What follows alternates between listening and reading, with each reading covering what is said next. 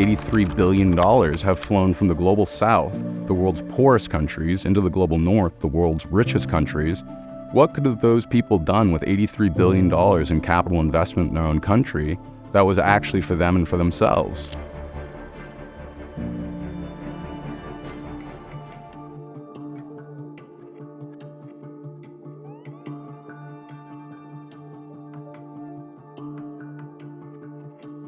The financial repression very much is the secondary capacity to imperialism, which the French control the currency of these 14 countries because they imperialistically owned them as a people before. And the only reason why they left was because they were able to create this sort of financial imperialism that these people now suffer under. Without control of their own currency, they're always at the behests of needing to pay the French first and foremost, which they do at their own suffering. So most of these countries and people have never even had the opportunity to ever create any meaningful kind of economic development because any wealth that they do save is stolen by the West from them. And Alex Gladstein's most recent book that covers the repression that the IMF and the World Bank do under the guise of sponsoring countries and helping them restructure their debt is anything but.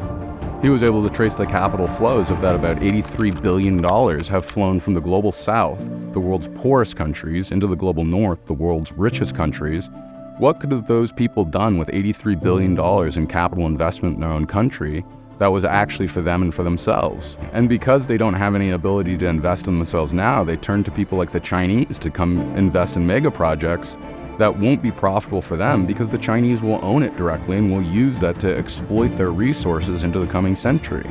And so one of the things that I think is the most hopeful aspect of Bitcoin, and I've had incredible conversations with people that are doing mining operations out there, is that this is the first real opportunity that these people have had for development in a meaningful way, with not only them getting electricity for the first time, but once they understand Bitcoin, they have the ability to hold a self-sovereign currency. And pretty much all countries in Africa suffer endemic inflation, where most people are losing upwards of 50% of their wealth per year towards inflation. Could you imagine having half of your purchasing power stolen from you every single year just because you live in a particular nation state?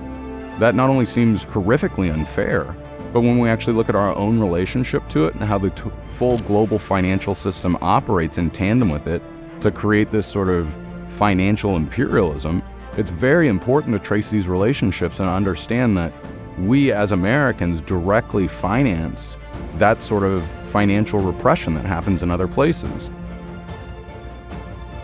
Bitcoin is an ethical question about what can we do to actually help these people in a meaningful way. And I don't think it's charity. It's to teach a man to fish as opposed to give him fish. And so like if you're holding something that is going to lose 50% of its purchasing power over time, like that doesn't help somebody, including even if you're giving them financial sponsorship. By allowing for individuals to actually hold their wealth in a self-sovereign way that allows for them not only to invest in themselves, their education, their future, and their community, there becomes a much more powerful mode to create economic incentives where people are going to create robust circular economies. They're going to invest in themselves and the infrastructure in their own country because they finally know that their own wealth isn't going to be stolen from them or inflated away.